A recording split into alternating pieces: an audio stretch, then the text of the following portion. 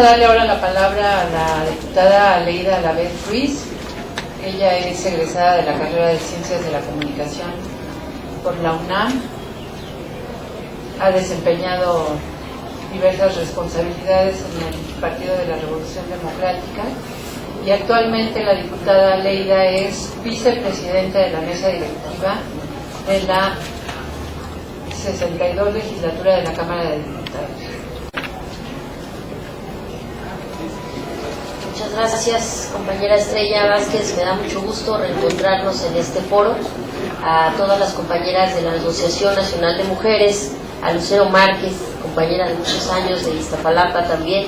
Gracias, Julisa, por la invitación y también por compartir aquí al compañero Javier Santiago, que además tuvimos muy cercana relación cuando se habilitó la primera ley de participación ciudadana aquí en la ciudad. Él era presidente del Instituto Electoral del DF. Y bueno, pues ahora, revisando estos temas que afortunadamente se programó aquí con la asociación, esta serie de ponencias, que yo agradezco y además voy a pedirles me permitan invitar a también mis compañeras para que vengan a escuchar a los especialistas que ustedes están invitando y que todas vayamos como aprendiendo más de estos temas que lamentablemente nos han aplicado. La táctica del ganso aquí en la Cámara, esta consiste en que al ganso lo llenan de comida y no lo dejan ni digerir y le vuelven a dar, y no digiere y le vuelven a dar para que le crezca el hígado y eso produzca más paté. Eso es lo que le hacen al ganso. Entonces a nosotras ya nos creció el hígado, pero eso va a implicar no solamente pues una participación ardua en la discusión de estas reformas estructurales que pues bueno, ahorita les voy a comentar cómo lo reflexiono en el caso de lo que nos toca pues discutir en un año que ha sido muy álgido en la Cámara para resolver reformas que nos han dañado seriamente porque no benefician a la población. Si fuera algo que yo dijera, bueno, pues por aquí vamos a tener una salida más digna para tener empleo, la canasta básica, cosas que le repercuten directamente a toda la población, pues bueno, a lo mejor podemos acompañar alguna de estas reformas, pero ninguna la vimos con esa característica. Entonces somos un equipo, Julisa y yo, de diputadas, diputados que votamos en contra de estas reformas estructurales, por las cosas que ya comentó Javier, pero también por otras más que ahorita les voy a mencionar, que hacen de este Pacto por México pues una legitimación del poder actual que pues nos está dando un golpe de Estado, no al estilo militar, no al estilo que se ha vivido en América Latina, pero sí en cámara lenta. Es un golpe de Estado empresarial en cámara lenta. Eso es lo que ayer reflexionábamos con un especialista en seguridad, pues no solamente pública, en seguridad humana, Edgardo Buscaglia, que nos compartió una reflexión con respecto a lo que vive este país. Esta presentación que hace de vacíos de poder en México, pues habla mucho de lo que pues estamos dejando de hacer, de cómo este Estado, en lugar de ser más fuerte, protector, pues se vuelve un Estado muy delgado, muy poco regulador, y que pues el mercado sea el que aquí nos marque las reglas. Eso es lo que estamos viviendo actualmente. Y bueno, a pregunta expresa de la democracia está en riesgo, pues también respuesta concreta, sí está en riesgo la democracia en México. Sobre todo en el último año, en el que poderes fácticos se apoderaron de la conducción del país y usurparon funciones de los poderes legalmente constituidos. Sin duda alguna, el mal llamado Pacto por México diluyó los contrapesos del Poder Ejecutivo y convirtió al Congreso en una simple oficialía de partes. Esto pone en riesgo a la incipiente democracia mexicana. O sea, ¿para qué queremos una Cámara de Diputados si ya se fraguó todo, según esto? Porque ahora resulta que ni están los productos completamente acabados en un pacto que firman los partidos políticos sin tener realmente certezas de que todo lo que se incluyera en el pacto fuera algo que ya tuviéramos a estas alturas traducido como un hecho, como la reforma político-electoral. Venía en el pacto, pero el pacto feneció y la reforma no salió. Entonces, por eso también acusamos de esta ingenuidad al PRD por haber tenido que optar por una firma. Eso fue una decisión, quiero decirlo, unilateral del presidente del partido. Se demandó siempre en los espacios que nosotros tenemos de participación que esto era una aberración, el haber acompañado a un pacto a Enrique Peña Nieto y con esto legitimar y convalidar estas reformas estructurales, además de que le dieron pues un golpe toral a la Cámara de Diputados. La Cámara empezó a hacer una oficialía de partes.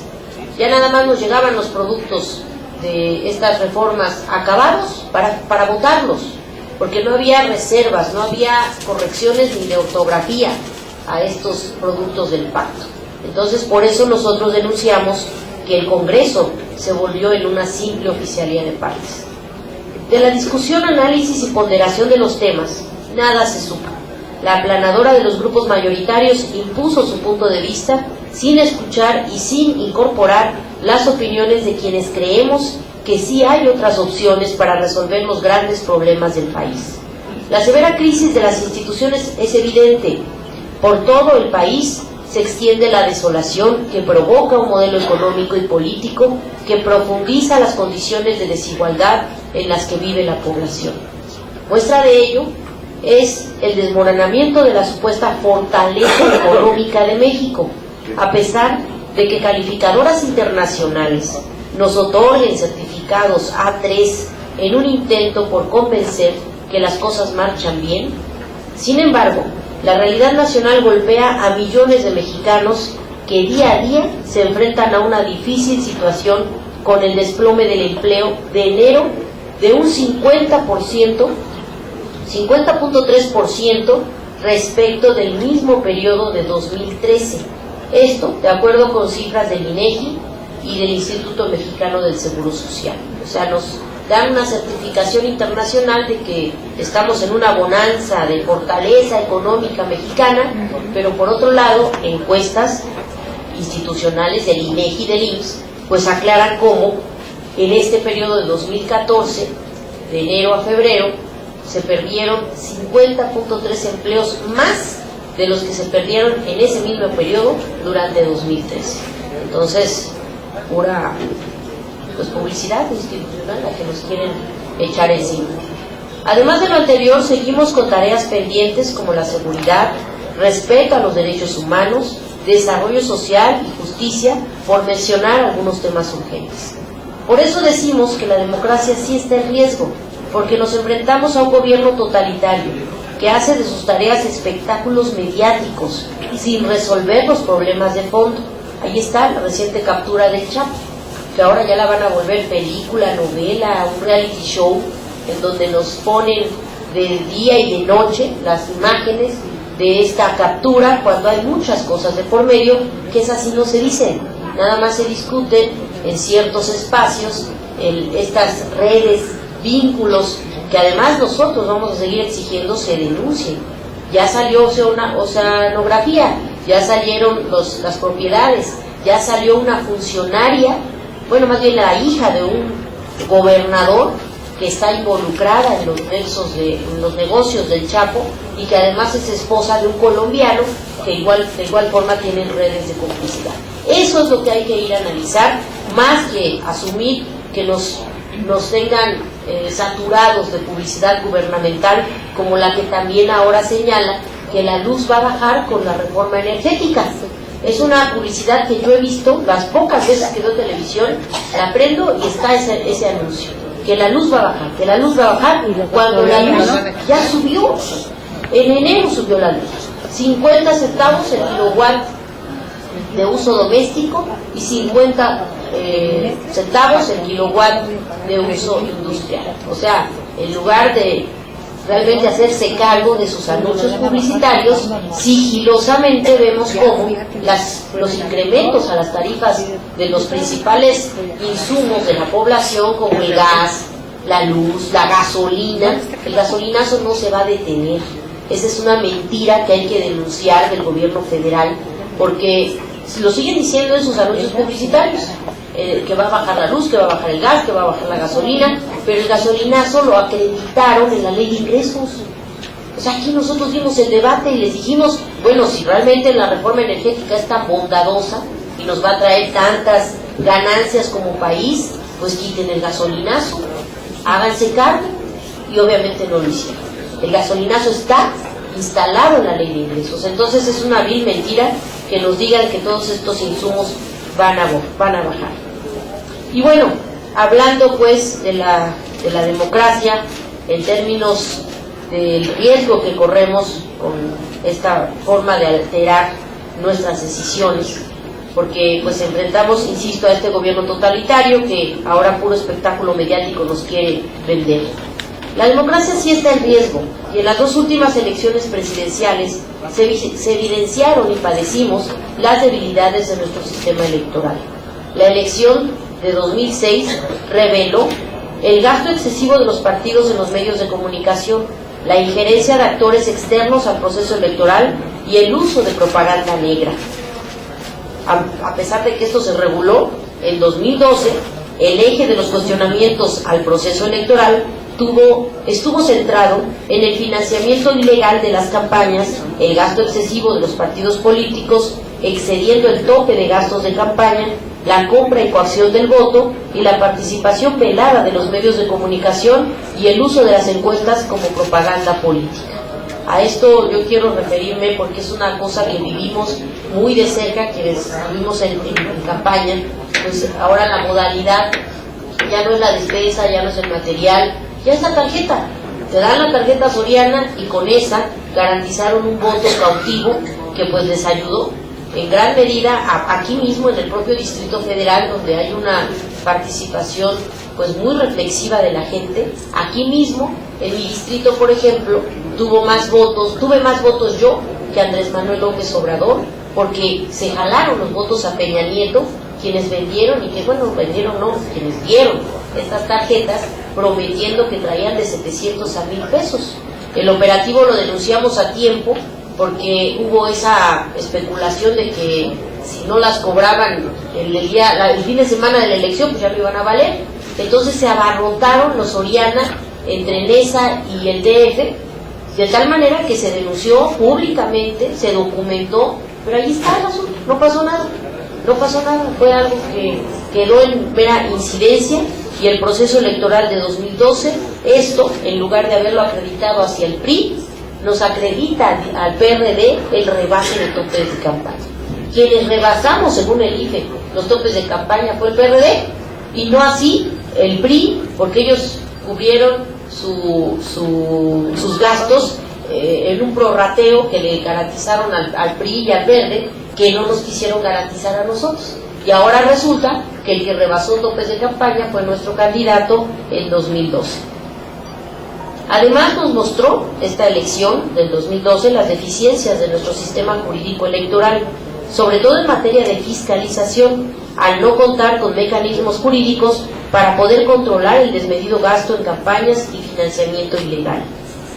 En el vendaval de las reformas constitucionales del año pasado, la enmienda político-electoral promovida por el Partido Acción Nacional fue utilizada como moneda de cambio por la reforma energética. Aquí señalo por eso la mal hecha reforma político-electoral, se hizo en las rodillas. Fue precisamente lo que el PAN pidió se incluyera antes de que terminara el periodo de sesiones para que ellos acompañaran la reforma energética que también nos propinaron antes, bueno, no antes de que terminara el año, exactamente el 12 de diciembre, que además ese día todo el pueblo mexicano está abocado a otra cosa y no forzosamente a ver las noticias. El 12 de diciembre nos dejan caer la reforma energética, pero además con un intercambio, y lo denunciamos siempre públicamente, con el PAN, para que pasara esta reforma político-electoral con todas estas deficiencias que ha señalado Javier, pero que, bueno, además ahorita voy a ahondar. Se estableció la transición de un órgano administrativo electoral federal a uno de carácter nacional, es decir, desaparece el Instituto Federal Electoral y se crea el Instituto Nacional Electoral, estableciendo un régimen de competencias que dota de facultades exclusivas al órgano nacional y a los estatales, y que genera confusiones que deben ser solventadas en las leyes secundarias.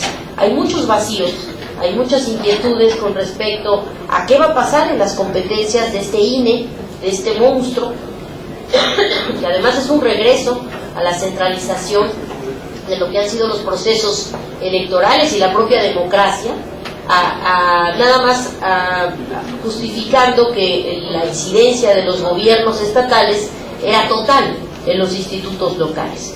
Y obviamente, bueno, pues quienes no saben cómo se construye la democracia, cómo se encaminan instituciones, aquí en el Distrito Federal no podemos hablar de un instituto a modo del jefe en turno o del gobernante en turno.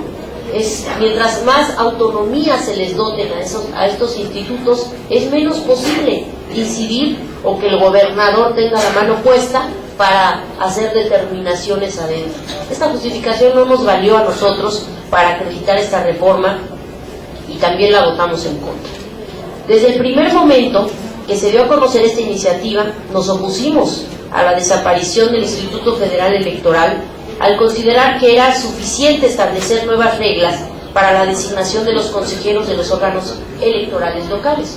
Insisto, si le damos más autonomía a estos órganos, pues muy difícilmente tanto los gobiernos como los partidos pueden incidir y estar presionando en decisiones de estos institutos, y la experiencia es la del Distrito Federal.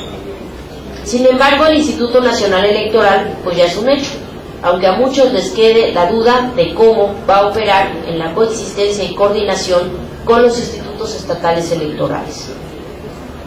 Esta reforma constitucional incorpora las candidaturas independientes, es una ganancia, es una de las poquitas ganancias. La paridad de género, la reelección de legisladores, aunque aquí también coincido en que esto implica una elitización. Sí lo asumo, creo que es una reflexión que lamentablemente no dio el PRD en haber avalado, los que firmaron esta iniciativa, el que estamos elitizando el poder. Todos los que venimos de una lucha de izquierda social sabemos que llegar a un cargo de elección pues no es estar vinculado con una familia o con un grupo de élite para poder hacerlo. Es un trabajo de base, el que se hace valer y el que se empuja y el que se respeta al interior de las filas partidarias, y eso permite que haya pues esa oxigenación de participación en la toma de decisiones de varias personas. Por eso la reelección creo que es una falla, y más aún cuando en la reelección no incluimos la revocación del mandato, porque esa es la fórmula más correcta, democrática, de decir, hay una persona que puede ser reelecta porque es muy eficiente, es muy capaz, apoya a la gente y demás. Bueno, pero también puede haber lo contrario, una persona que nos decepciona a la primera, como cierto presidente que ya estábamos viendo a ver a qué horas iba, ¿no?, para dejar de hacer daño al país, y no se puede. O sea, no hay forma, no hay figura que haya contrapeso de esta parte, que sería la revocación de mandato, y lamentablemente no se incluyó, así como se queda fuera el referéndum, el plebiscito, que también son dos herramientas de participación y de pues ejercicio pleno de derechos políticos de los ciudadanos, y que no están plasmados como lamentablemente sí se plasmó la reelección de legisladores y de funcionarios o servidores municipales. Es poco realista esperar que una reforma política pueda resolver de manera directa ciertos problemas sociales y económicos que aquejan a los ciudadanos en las nuevas democracias: la pobreza, la desigualdad social, la falta de crecimiento económico, el abuso del poder y de las corporaciones económicas, la inseguridad pública, la corrupción. Tienen su origen en políticas públicas inadecuadas o en fallas estructurales del Estado. Pero aquí esta precisamente poca aportación que hubo de las reformas al sistema político, pues realmente no hay una forma que uno diga, bueno, pues ahora va a participar más la población. Por ejemplo, en la planeación, eso no está contemplado más que en esquemas muy burocráticos, poco accesibles para la ciudadanía en general. Esto de los gobiernos de coalición quedan como una posibilidad a petición o a propuesta del Ejecutivo. Yo creo que ahí se debió incluir que cuando una elección es lo bastante cerrada como para decir el que gana no tiene la mayoría real, pues es que se obliga a un gobierno de coalición. O sea, eso sería un poco más equilibrado, ¿no? Pero tampoco se puso. Y es algo que queda a solamente una opción de quien gobierna, que llame a un gobierno de coalición. El Congreso debe establecer reglas que garanticen elecciones más equitativas y transparentes. Por ello, es importante que en la confección de las leyes se establezcan normas claras que garanticen el respeto al voto ciudadano. En este momento el Congreso transita sin una base formal para iniciar la discusión de leyes tan importantes como las que regulan a los partidos políticos, la Ley General de Procedimientos Electorales, la ley que establecerá los delitos electorales y la norma de propaganda, bueno, ya me corrigió Javier, gubernamental, que sería institucional. No hay un documento base, o sea, hay estas, ya venimos en una inercia del Pacto por México, en mesas ahí escondidas, quien se entera va y quien puede, las clandestinas casi, cuando debería haber un producto o un documento base para que ya ahorita todos los partidos en la Cámara o en el Senado estén trabajando con estos documentos y entonces ir aportando las observaciones, pero no, lamentablemente sigue habiendo una tendencia por el trabajo no transparente, ¿no? En términos legislativos. Al decir que transitamos sin bases concretas es porque no conocemos la propuesta del gobierno o de su partido. En contraste, el PRD ha presentado iniciativas que hasta el momento no han empezado a ser analizadas. Ya esta semana presentamos la primera, la de partidos políticos. Pero bueno, es la única que está inscrita, porque dijimos, bueno, pues ya, o sea, nosotros no queremos estar en falta, el 30 de abril es el plazo, y es la regla del sistema político mexicano. Si no lo tenemos, bueno, pues entonces no solamente es un delito, es de veras una irresponsabilidad el que no podamos hablar del tema cuando estamos obligados y no por una cosa que hayamos nosotros impuesto, por la que nos impusieron las mayorías, pero tampoco se están haciendo cargo de presentar sus propuestas. Nosotros en esta iniciativa de los partidos políticos, obviamente convencidos que una democracia efectiva y de calidad demanda la existencia de partidos fuertes y de orientación nacional, presentamos esta iniciativa con el fin de establecer la naturaleza jurídica de los partidos, su definición, fines, objetivos, así como las obligaciones y derechos. En esta propuesta establecemos un sistema uniforme de coaliciones para los procesos electorales federales y locales, un sistema de fiscalización sobre el origen y destino de los recursos, los lineamientos para asegurar la máxima publicidad de los registros y movimientos contables y validación de contrataciones emitidos por la autoridad electoral, así como las sanciones que deban imponerse por el incumplimiento de las obligaciones. Abordamos también la constitución y registro de los partidos políticos nacionales y locales, así como el establecimiento de la Comisión del Consejo General del Instituto Nacional Electoral, encargado de verificar la documentación que avale el cumplimiento de los requisitos y del proceso de constitución de la organización que pretenda su registro como partido político nacional.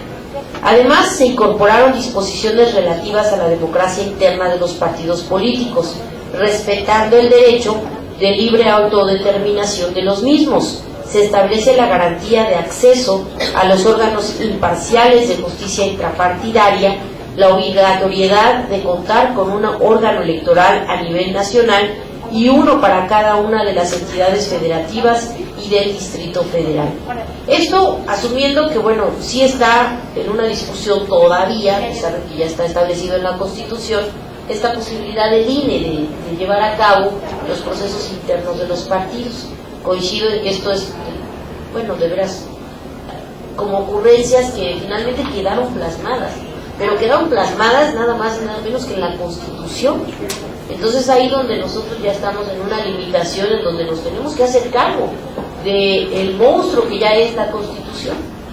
por esto y por todo lo que implicó las reformas estructurales en materia laboral, en materia educativa, en materia energética. Esa es la más horrible de las reformas, el haber quitado que del 25, 27 y 28 de la Constitución, que es exclusivamente, esa es la palabra que quitaron, exclusivamente el Estado podrá explorar y explotar sus yacimientos de petróleo.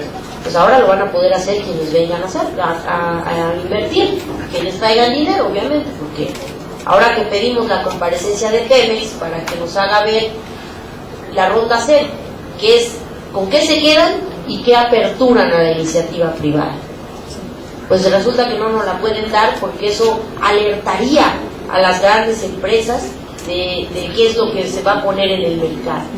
Bueno, si van a alertar a las empresas y no lo quieren mandar a la Cámara, ¿por qué sí se están reuniendo con las transnacionales? Pemex trascendió, se está reuniendo ya con las transnacionales para hablar del tema, no creo que sea para nada más tomar café. Y eso es lo que le estamos demandando a Pemex, pero con estas reformas estructurales nos están recetando una tras otra transgresiones. Voy a usar la palabra pacto porque finalmente fue eso el origen de la constitución del país, un pacto del Estado, de con qué bases íbamos a erigirnos entre ciudadanos, gobierno, qué iba a regular el Estado. Ya han sido muchas las discusiones con respecto a la Constitución, pero ahora esta Constitución está de veras más que manoseada, está hecha trizas. Yo creo que se perdió el pacto fundamental, fundacional le llaman los juristas, el pacto fundacional del Estado se ha roto con todas estas reformas.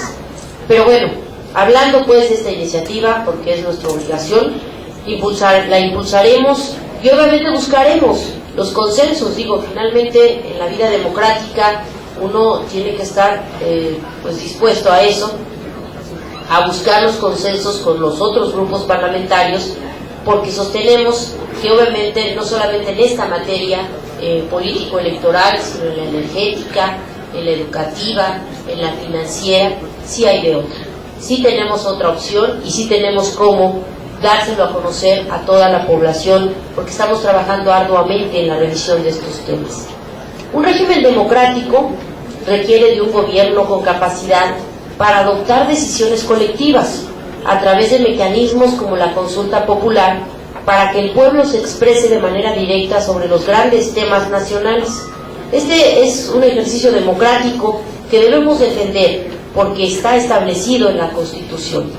Este gran avance que hubo al incluir en la Constitución en la legislatura pasada, en el artículo 35, la posibilidad de consultar cuando sea un asunto trascendente, un asunto de trascendencia nacional, se puede consultar a la población. Y obviamente este asunto de la reforma energética es de trascendencia. El petróleo nos da ingresos por un 40% de lo que nos ingresa como país. ¿Cómo no va a ser importante? ¿Cómo no va a ser trascendente perder esa renta petrolera? Que es lo que actualmente estamos vigilando, que en las leyes secundarias, a pesar de que no está habilitada la concesión, pero los contratos nos están queriendo disfrazar de concesiones, y eso va a implicar merma de la renta petrolera. Por eso es que ahora la consulta requiere y adquiere una relevancia muy importante, a pesar de que en el Senado pues hubo una discusión muy ardua al respecto. Hay candados que vienen de la Constitución. Sí es vinculatoria la consulta, pero miren nada más cuando logre el 40% de la participación de los registrados en la lista nominal. Yo le decía a Adriana Pérez Cañedo en Canal 11, digo, a ver, pero tú tienes una pregunta de Adriana, ¿acaso el presidente de la República logró el 40% de la votación? Pues no. Entonces, ¿por qué a una consulta le van a exigir el 40%? Si uno que no tuvo el 40% llega a ser presidente, ¿por qué entonces una consulta no puede valer sin tener el 40%? Son de los asuntos que quedan pendientes de discusión, y obviamente nosotros no vamos a permitir que nos quieran frenar la consulta ciudadana. La vamos a empujar afuera, adentro, arriba, abajo y en cada rincón del país para que nos hagan valer el que tengamos voz en esta decisión tan trascendente para el país como lo fue la modificación a los artículos 25, 27 y 28 de la Constitución. Nuestro problema es que como país no hemos sabido aprovechar las oportunidades para avanzar y nos alejamos cada vez más del propósito de alcanzar un sistema democrático. Hoy nos enfrentamos a un gobierno autoritario, acostumbrado a imponerse a través del fraude electoral y repetir viejos esquemas que durante más de 80 años sometieron a los mexicanos. Por eso afirmo que la democracia sí está en riesgo. Un peligro para nuestra democracia son los millones de pesos que invierten los poderes fácticos para hacer ganar a un candidato. Son acuerdos como el Pacto por México que subordinan al Congreso y toman decisiones entre las cúpulas. Es la compra del voto y el fraude. Es un pueblo desinformado. Ante este riesgo, el papel de la izquierda es fundamental. Por eso, seguiremos remando contracorriente y enfrentando al gobierno priista y a los poderes fácticos para abanderar la inconformidad ciudadana. La serie de reformas emergidas del Pacto por México son instrumentos para facilitar al mercado la libre competencia sin regulación alguna. Y esto se traduce en un golpe de Estado empresarial en cámara lenta, del que parecemos no darnos cuenta. Muchas gracias.